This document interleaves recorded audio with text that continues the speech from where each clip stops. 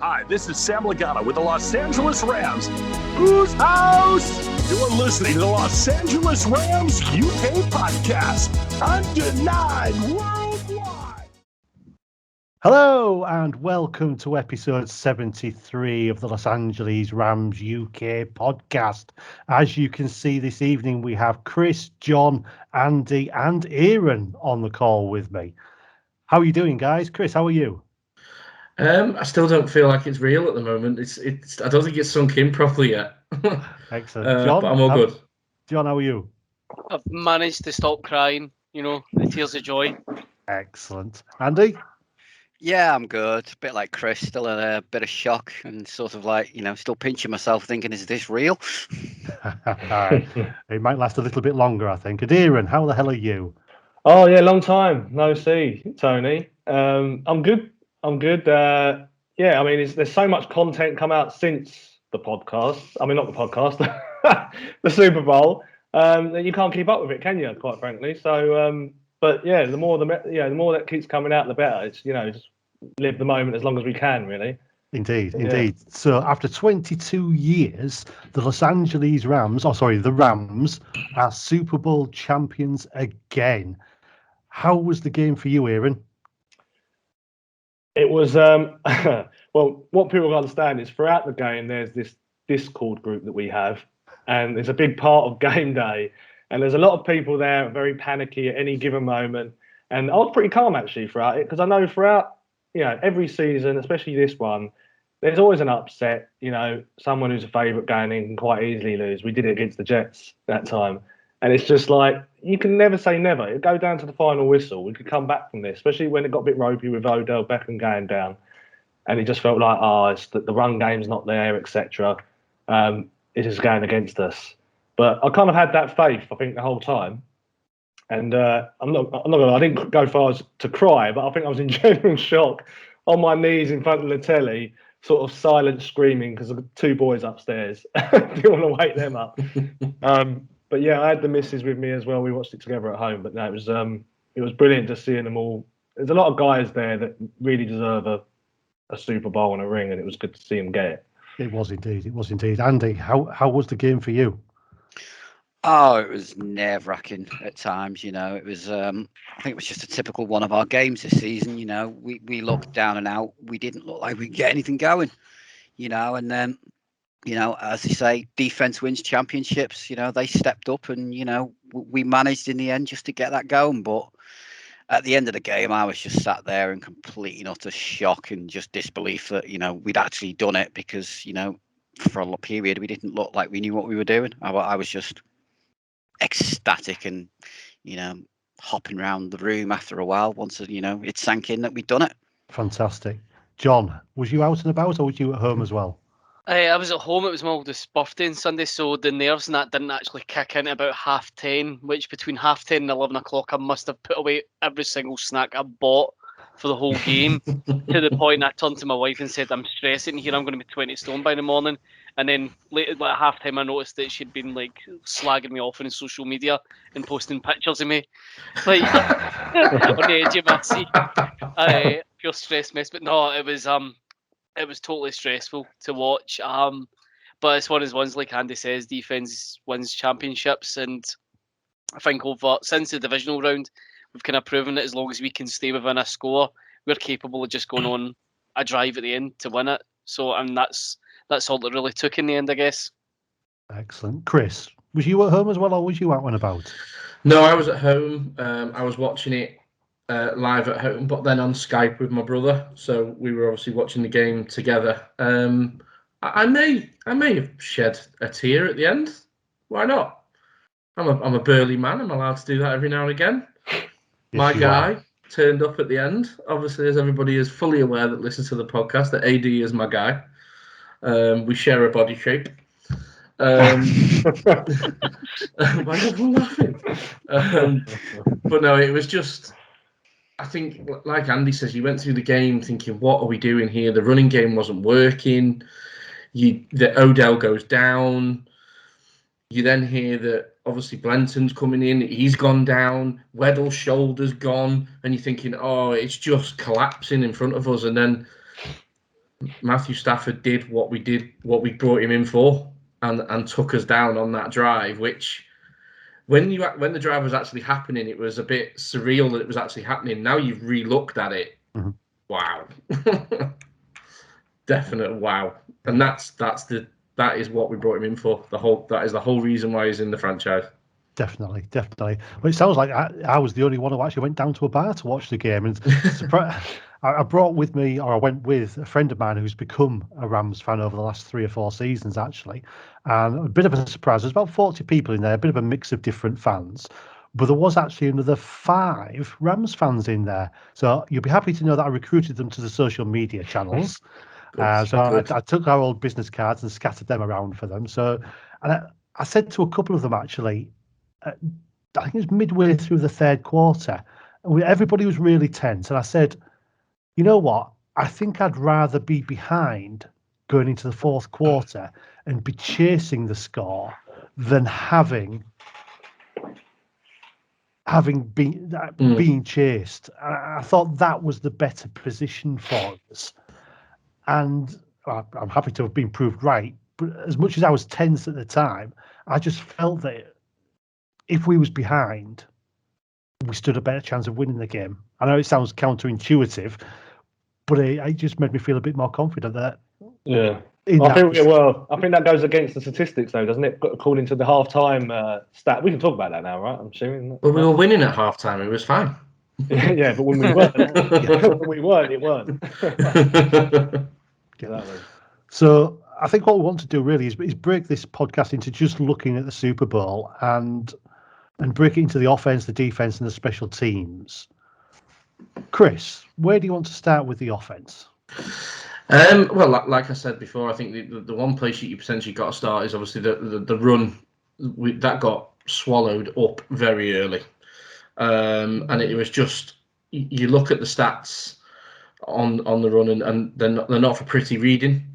They obviously had seen that was going to be well, we all know that's if the run works and the rest of the offense then follows. So you had to understand that, and to be fair, we did keep with it. Do you know what I mean? Cam Akers had 13 goes, Darrell Henson had 4. Sonny Michel actually wasn't probably involved as much as I thought he would be. Maybe he was carrying something. I'm not quite sure. I've not seen anything on that, but I'm surprised he kept with it as long as he did, because we've seen in previous games over the season that they just abandoned it straight away. But I don't know if that's a McVay learning, actually, not just to give up, because we have to keep the run, obviously, to then free up the passing game. But I think when you look at the passing game, you look at the touchdowns that we scored, I think it showed that we had to keep going with the game plan. The touchdowns themselves, the one obviously to Odell Beckham was a great touchdown. I think it was a perfect throw. To see the passion that come out of Odell Beckham, I think, has actually surprised a lot of people. And yeah, he got injured in the game. It was tough for him, obviously stood on the touchline. Obviously his reaction at the end of the game is, again, exactly why he wanted to join the Rams, is because he's seen the ring. But it's actually, and it's talking to people as well as on different shows that we all went on through Super Bowl week. It's a different Odell Beckham, I think, than you've seen in any other franchise. He seems like actually he's maybe even grown up a little bit. And actually he's won for the team rather than it's all about Odell. Yeah, and he does seem to have bought into the we not mean banter this time. Yeah, definitely. And you can see that on the field where he's actually, well, you probably see when he was at the Giants, it was, if you don't throw it to me, I'm going to kick off and try and put a kicker's net in my head, where it doesn't really feel like that in the one he's got. So, no, I spoke about it a minute ago, that the final drive, and that will be used in Super Bowl reels going forward. The no-look pass from Matthew Stafford is probably going to be used in his Hall of Fame video. When he gets his jacket years to come, that will be used on every Super Bowl video now as we go through the next 5, 6, 10 years, however many it is, that they will show that clip. I was going to bring that in as well. Actually, I was going to ask John, how filthy was that no look pass? I mean, it's one of those ones like you should probably feel like you should pay to see something like that. I'd say. I mean, he's done it quite a few times during the course of the season, more so at the beginning of the season. But that was just, I think you had to see the replay that was facing towards Stafford to actually really appreciate just how filthy it really was. Because when you see it from behind, you can't really tell, is he actually no looking or not, just by the angle of his helmet. But when you see his face and you can see like he's looking totally in a different direction, like, oh, And I was watching some of the Sky coverage, the inside the huddle, where they obviously then look back at the game, and Jeff Reinebold was talking about this. Says there's a lot of quarterbacks in the NFL that do the no look pass, but they actually look as they throw the ball. He never moved his eyes away from where he was looking. And as you say, when you're looking actually straight at his face, you can actually see him, how he moves the safety. And there's no other reason that he would have done what he's done if he hadn't have done that. So it was just a phenomenal. And to then go that whole drive with throwing to Cooper Kupp just showed why that is, for me, what won him the MVP. I don't think he probably would have won the MVP of the game without that drive. Yeah, he obviously scored the touchdowns, and I think it would have gone to Aaron Donald. But to obviously, basically, I think McVay's sheet that he effectively had in his hand just might as well have just been binned. It was like, wherever Coop is, throw it to him. Doesn't matter the coverage, he will catch it. and I think it just all went out the window a little bit. But it was wow. And I've watched now. I think I'm up to about 4 or 5 times of the highlights now, and I still get goosebumps as I watch the fourth quarter. Brilliant, John. I mean, we had a good game on offense, but it didn't feel as though it was great. Did you find it was a bit laboured? Were we being hampered by? Yeah, it definitely felt like it was a bit of a slog. You know, it was. I wouldn't say we were struggling to break them down. It was Odell getting injured that totally killed our momentum. I think if he didn't get injured, it's a fair comment to say that we probably would have ran away with it a lot sooner, because he looked like he was going to be on a big game. And like you said, like the passion from him from scoring the touchdown, and seeing the passion from him for the side, like it meant a lot to him. This was, I think, in his eyes, this was his chance to kind of finally prove to people, I'm not what you think I am. Like, I'm all about the team. Like, you know, we, not me. I did feel like when he was injured, it totally I would say it killed the momentum, because like even watching it, that was when I felt like I was starting to kind of sit like this, watching it every play, because I thought they've killed us on the ground. They've got Kupp wrapped up, you know, double coverage or whatever. He's not going to get a look in, and that's when we're starting to throw to like Skoranek, who that like. I'm trying to not be negative because we've just won the Super Bowl, but he's got a lot of work to do in the off season, or he's not going to be on the roster next year, because there's been a lot of spotlighted like times where he's not caught the ball. There's been a few ones where they've been out of his reach on it, but in the Super Bowl, you know, that's the one game where you don't want to be seen to be not catching passes, regardless of how easy or difficult it is. Yeah, the whole eyes of the league, the world are on you, so he's got a lot of work to do. But that said, Bryson Hopkins, like, I think a lot of credit needs to go to our tight end coach. You know, we're missing Higbee, missing Munt, who's 1 and 2, with Blanton come in, who was absolute solid, and then Hopkins, who I correct me if I'm wrong, I think you only seen someone like 1 snap prior to this game. And I think usually he's always listed as inactive most games. So he's came out of nowhere and made a, you know, 4 catches he got for about 47, 48 yards. But also, what a class is probably the most key offensive block of the game on that, you know, that end of rounds with Kupp on 4th and 1.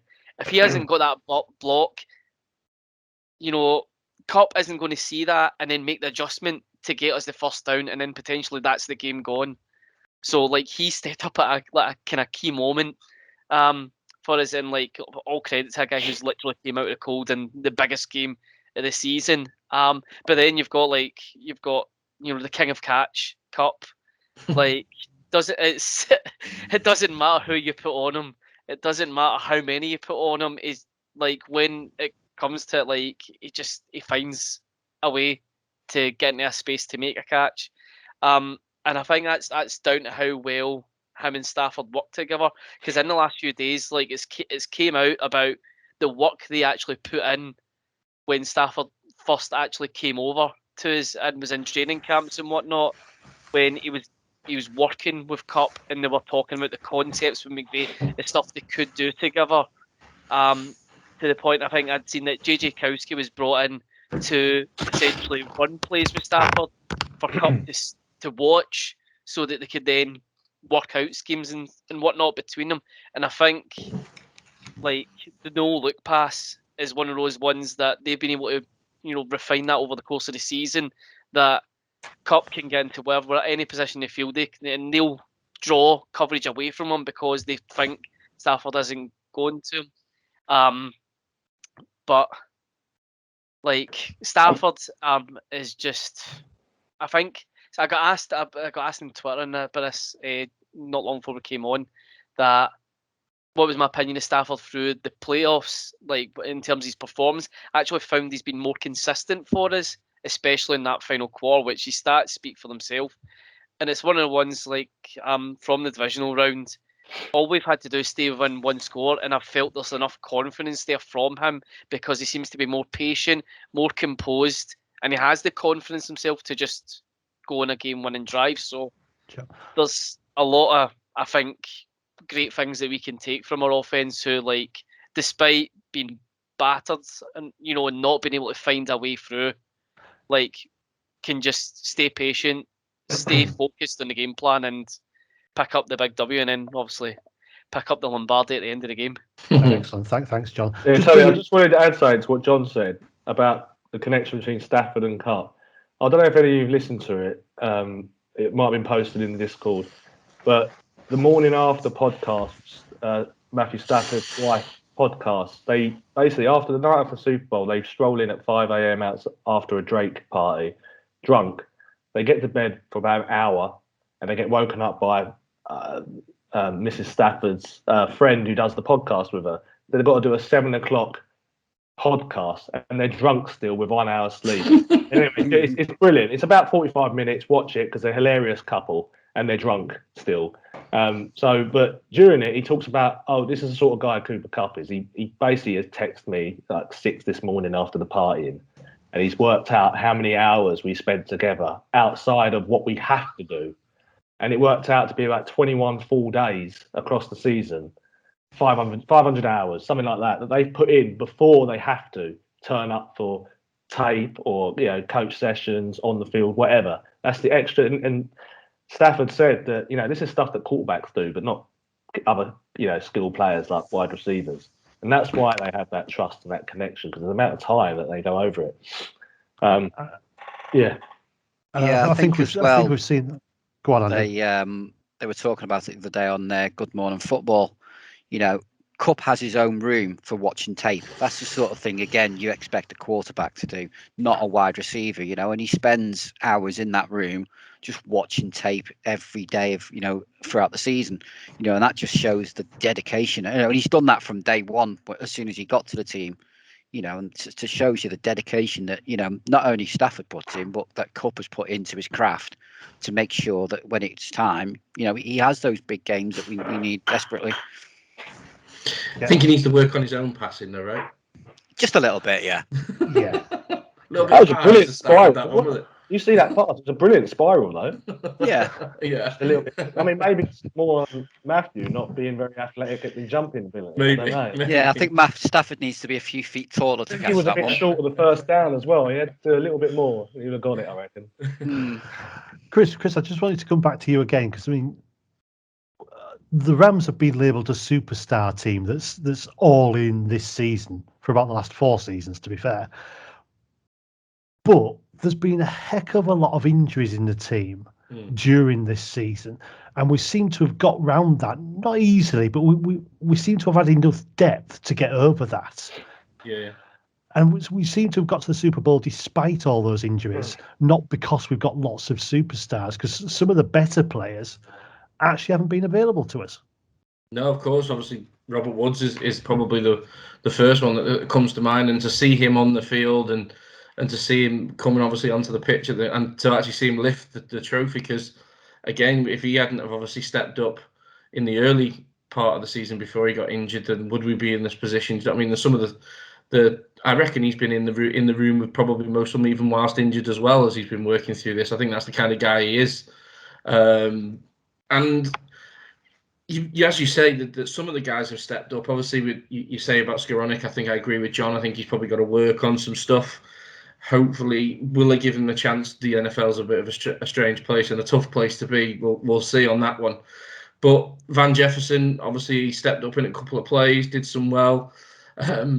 Ended up having a baby 2 hours after the game finished, which was a bit of a crazy run for him, bless him. But congratulations to him on that. So I think it was probably the right thing that they never told him till the final whistle, because his mind may have been slightly elsewhere. But I think as well, for Cam Akers going down when he did just before training camp, we all saw him as our number one running back from last season going into this season. I think special mention really, as well as Daryl Henderson going down, but Sonny Michel has been superb this season in my eyes. I think there was a lot of people sort of raised eyebrows when we brought him in at the start of the season. They thought he was a little bit washed up from where he was at the Patriots and things like that. But McVay see something in him, and I think he was definitely did the job for what we needed him to do through the season. Cam Akers is the running back who's going to be going through with this franchise, and you can see that. And I think he is a good running back if we can get the right running game. This obviously the Super Bowl didn't work in that basis, so there's going to be opportunities for him as we go into next season. Of course there is. But like I said before, I like the way that McVay worked his way through this game, and obviously it was a big pressure for him, to the fact that the last Super Bowl didn't go very well, but you could see that he learned from that. When we obviously scored the first touchdown, the first thing I said to my brothers is that we've scored more points from the last Super Bowl, so it's positive. And as I said it, the commentary said it on the actual on the coverage. I was like, they're obviously listening to what I'm saying. But no, it was just a phenomenal night, and to like Aaron says, I did wake my children and wife up at the final whistle, and I got in a bit of trouble for that at 3:30 in the morning. So yeah, I was not in a good place the next day. But I didn't care, because we just won the Super Bowl. And there was a lot of people texting me and FaceTiming me from LA, and a few people in the stadium at the time, seeing it all live, and just the complete chaos. It was just a phenomenal, and the whole build-up of it I didn't want to watch the coverage from when it started on TV at 10 o'clock, but I couldn't help myself, because I was all in, and I think the whole... What's it, 10 a.m. or 10 p.m.? Pretty much all of that, yeah. But no, and even the halftime show, I think it pulled everybody in because of obviously how big it was, and it was, when you actually listen now, I saw Matt Gay on Good Morning Football yesterday, and he said that he was stood watching it. So he actually come out of the locker room to watch some of the halftime show, and so was the Bengals kicker. And he was like, it wasn't that we weren't in the game, but you don't go to these very often.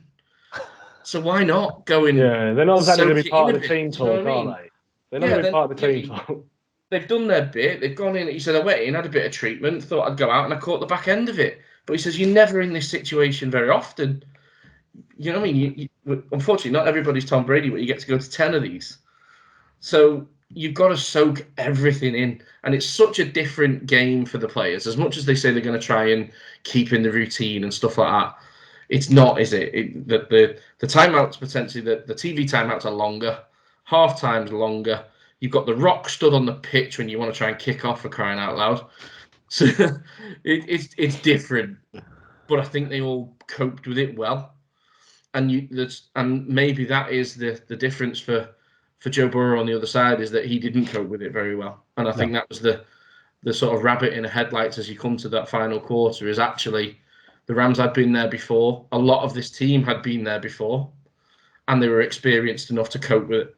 And I think Matthew Stafford has enough experience of those fourth quarter comebacks. You know, Definitely. Is it 41 now that he's had fourth quarter comebacks? It's some of the statistics that you look at is just ridiculous. And the mad. offense won us the game, but as we always say, it's defenses that win you championships. And I think there's two main incidents that I think we need to talk about for the defense here. And I don't know if you want to take this one first. The face mask. Yeah. That didn't get called. Yeah, unbelievable, isn't it? Now, I don't like to be the one that then says, "Oh, a knock-on effect," because once it's over, it's over. Stafford turning the ball over is, separate to that. But obviously, that then, maybe has a mental effect on players. But they are professionals, so maybe not. But yeah, that was blatant. Everyone can see it's blatant. I mean, there's obviously rules in place that if they don't call it at the time, they can't review it. I assume that any touchdowns are reviewable, but maybe at the point of it going over the line rather than whatever, happened before that.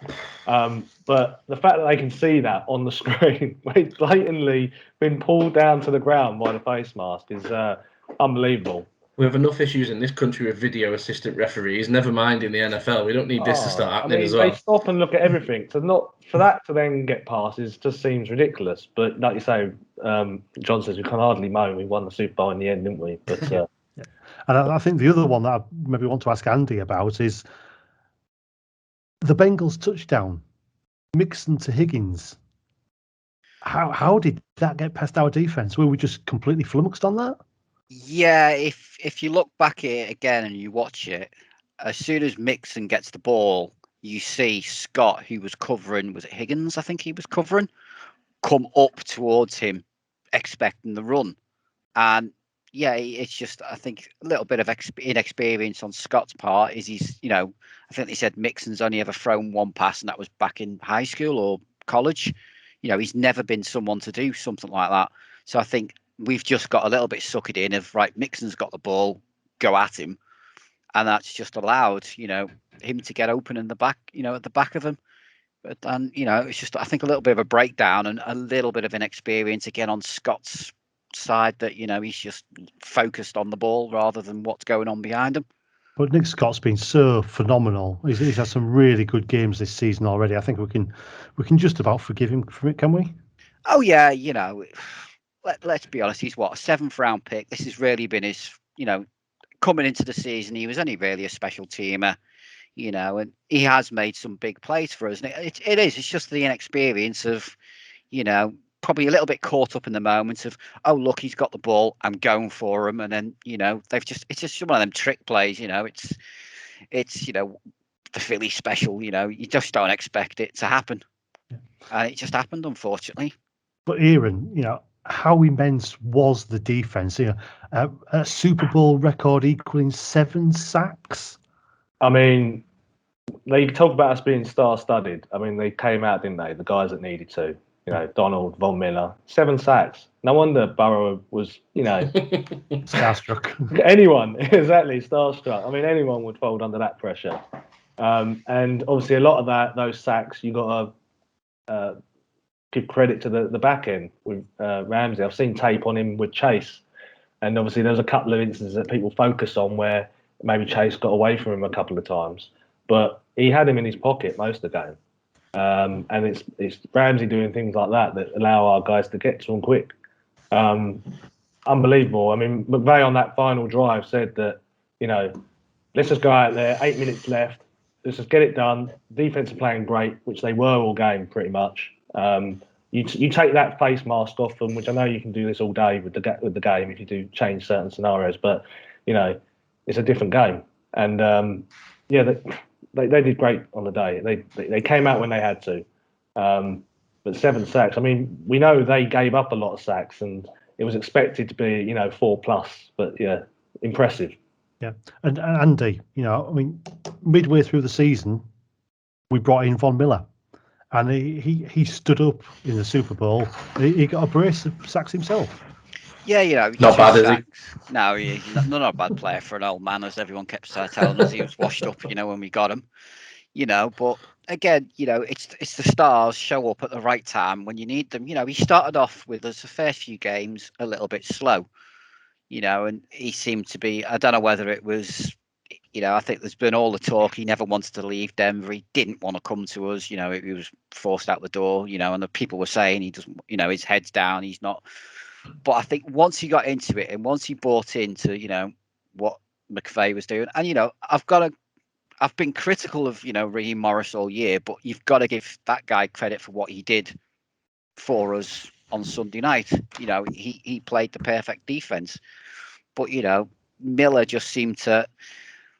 The further we got into the postseason, the more he seemed to come alive, and the more big plays he was making. Whether that was just he was getting comfortable with the scheme, he knew what he was doing.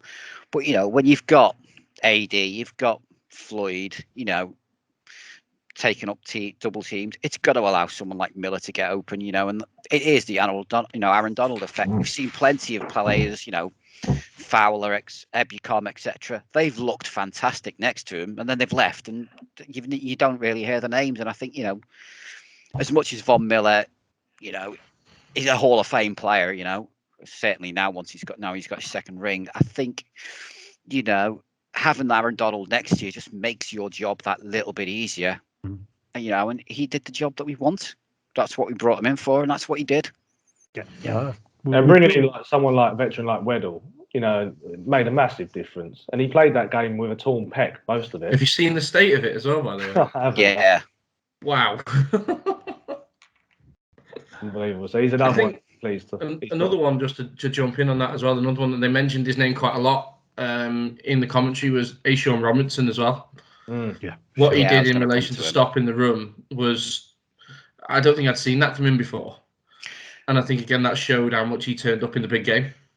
Yeah, he's been one. I'm not being funny. I've been pretty critical over him. I've even said, I think in the Discord group, I said next season I'd like we play a 3-4. I'd like our front three to potentially be Donald, Gaines, and Joseph Day. I think that would be our perfect, because I was like, get rid of Robin. He doesn't do much for us. But again, he's come up in the big game and made those plays. So you've got to give the guy credit. And another player I'd love to give credit to is Ernest Jones for third round rookie. He made a few big plays, not only in this game, but throughout the season when he's come in. He stepped up when we wanted him to. And, he's been a hell of a lot better than Troy Reader, will ever be. And I think, going forward, I think Jones and possibly Howard potentially could be a lot of linebacker pair in the interior, hopefully, as long as he keeps developing the way he's going. Sure. John, do you want to come in and have a final word on the defense? I think it was one of the best defensive performances we've had all season. Just going back to what you guys were saying there about Ashawn Robinson, if I remember right from the commentary, they highlighted whenever he wasn't on the field, and they were saying this is when the Bengals should be running it. When he's not on the field, run it, get it in the ground, and every time they did put it in the ground, they did make not a great gain, but they did get a good amount of yardage out of the carries. But the likes of Ernest Jones was absolutely fantastic. Was Troy Reader actually playing? Because I barely seen him. And going into the Super Bowl last week, when I was on, I did say he was going to have to really step up because he was one of the guys that was really worried about being targeted. He seemed just been not out there at times, but I don't know if it's because you had the likes of Jones or whatever kind of stepping up that it just took him out of the game. But a lot's been said about Ramsey. And going about, he gave up X amount of yardage. But you guys highlighted it, that Burrows didn't throw to Chase every single time.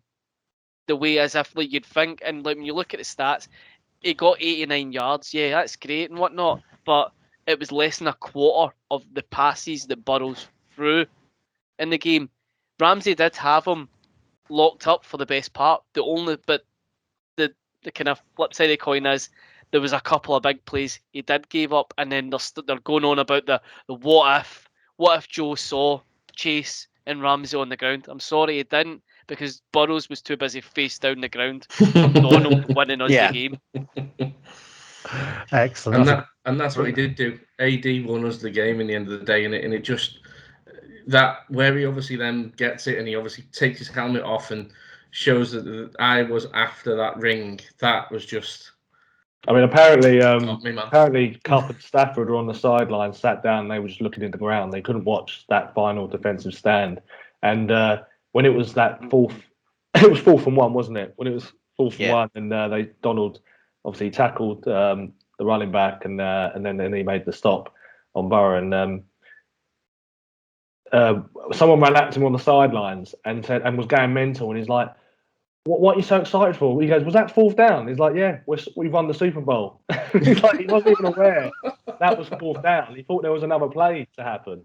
Oh, dear. Yeah. So I saw a picture today as well, and it was the pose from Sean McVay at the end of the game, sort of hands on his knees, leaning forward, and it was the exact same pose as Dick Vermeil in the Super Bowl 34, and somebody had put them right next to each other, and they looked in exactly the same it was position. That same pose I was doing. Was that just before he got absolutely soaked by Robinson in the Gatorade? Yeah. And he got him good, fair dues. And I think it's a bit remiss of us not to move. I'll give some credit to the special teams, because I think Powell had a decent game again. He was solid, but I don't know who wants to take this. I'll maybe go to Chris first. But the missed extra point, Chris, how bad did that feel? I don't.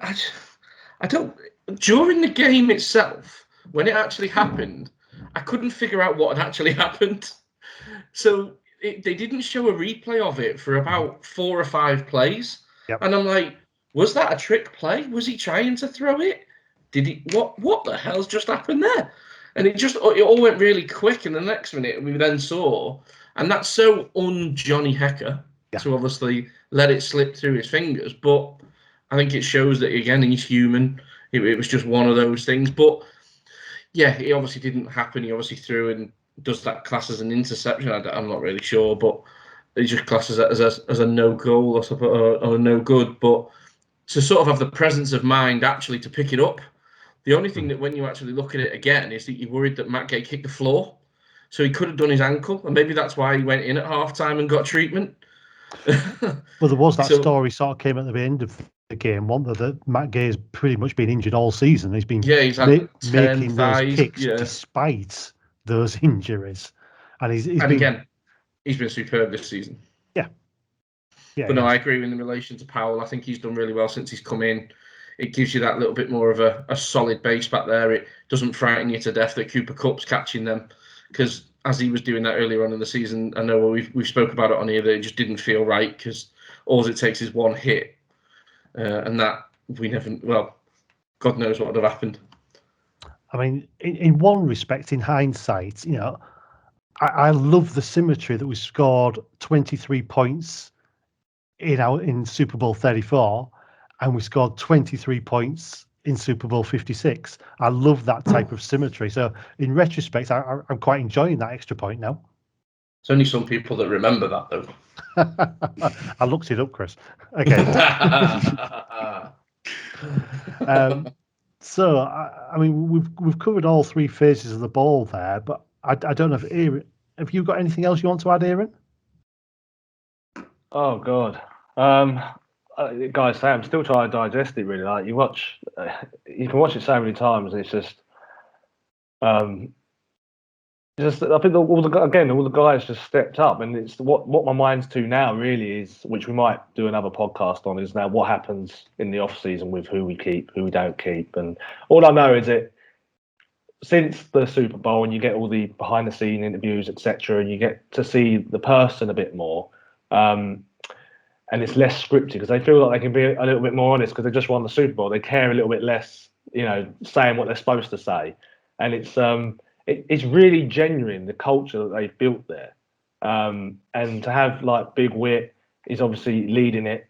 People like Beckham that come in, and Von Miller, and they totally absorb it. And they absolutely, LA obviously is a dream place to go to for these guys, and they absolutely love it. These veterans, they've been obviously playing the game a long time. They've come here, and obviously it was a Hollywood ending for them. And I don't know what it would have been like for the NFL if we lost that game in LA, as the LA team with that halftime show. It was all built up, which some people might think it was rigged because of that. But Yeah, I mean, it's good for everyone that we won it. I think. Yeah. For the And I think market, for the NFL, you know. I think it's great for building the franchise and the fan base in LA. And I'll come back to you on this question, Aaron, but I'll move on to Andy for a second. Andy, what's your final thoughts on the game? And excluding Aaron Donald, Cooper Kupp, and Matthew Stafford, who would be your MVP? Thoughts at the end of the game. Like Aaron said, I'm still trying to digest it. I'm even now still watching, highlights and sort of looking at it. I'd say MVP for the game, apart from the obvious ones. To be honest, I'm torn. Weddle. I'm going to go with Weddle simply because he came in off the couch 2 years, removed from the game. He picked up the green dot. He's come in, did the job, but he's obviously he tore his pec and he's carried on, played through. But it's the fact that you could see if you watched him, he was directing everything, getting people set up where we want them to be, and I think he used his intelligence of, I'm not going to be able to run with, Jamar Chase, T. Higgins, whoever, but he just used his intelligence to just be in the right place to make the tackles when he needed to, and it's just that intelligence for, he's only a couple of years, younger than me, and there's no way at, his age, I'd have, I'd have, one run and I'd be on my backside, needing the oxygen. So for him to come in and do what he did on, from, it's not as if he's come from another team. He was sat on the sofa for 2 years, is impressive for me. And, to me, he would be, my MVP for the game, just for what he's done. Cool. Aaron, have you had a chance to think and come back with your MVP? God, well, apart from those that obviously you've mentioned and took out, it's all pretty borderline, isn't it? You can go anyway. I mean, I'm going to give it to the guy purely because of the emotional side. I'll give it to OBJ purely because he had such an effect on the game early on. Like we were so confident at that point just before he went down, and like someone said already, he would have had an amazing game going forward, I think. And he obviously creates a lot for the team and frees up Kupp a bit more. And obviously, it didn't matter with the final drive. I mean, Kupp made it happen, but. Yeah, although he played half a game, just seeing that guy that everyone looks at as, selfish, egotistical, crying his eyes out, like just like you could see him like thinking, we're going to lose this, I can't believe it, and then just the emotion. That's what I'll give it to. That's great. John, do you want to come in with your final thoughts and your none of the usual 3 MVP? In terms of none of the usual MVP, I would have gave it to Ernest Jones. I think actual led us in tackling. He got sacked, tackle for a loss as well. He's been an absolute amazing pickup from the draft last year.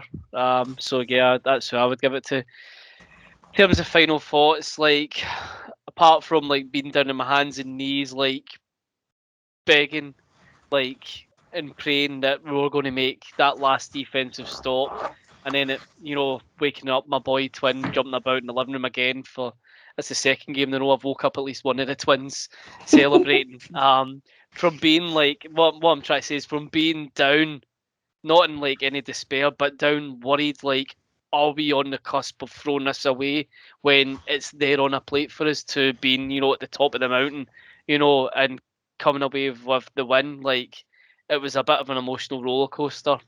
Just like our season has been, it's been peaks and troughs. The only one thing I wanted to ask you, the guys on the point out, and I'm only asking because it's on my other screen here, is what did you make of the halftime show? Was it really that good?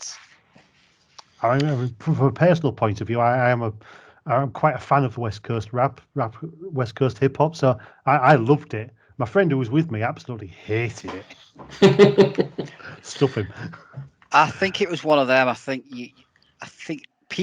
we all sort of, because of who it was, we built it up in our minds, that it was going to be some, but it caught the theme I felt of LA, of, chilled hip hop, that sort of vibe.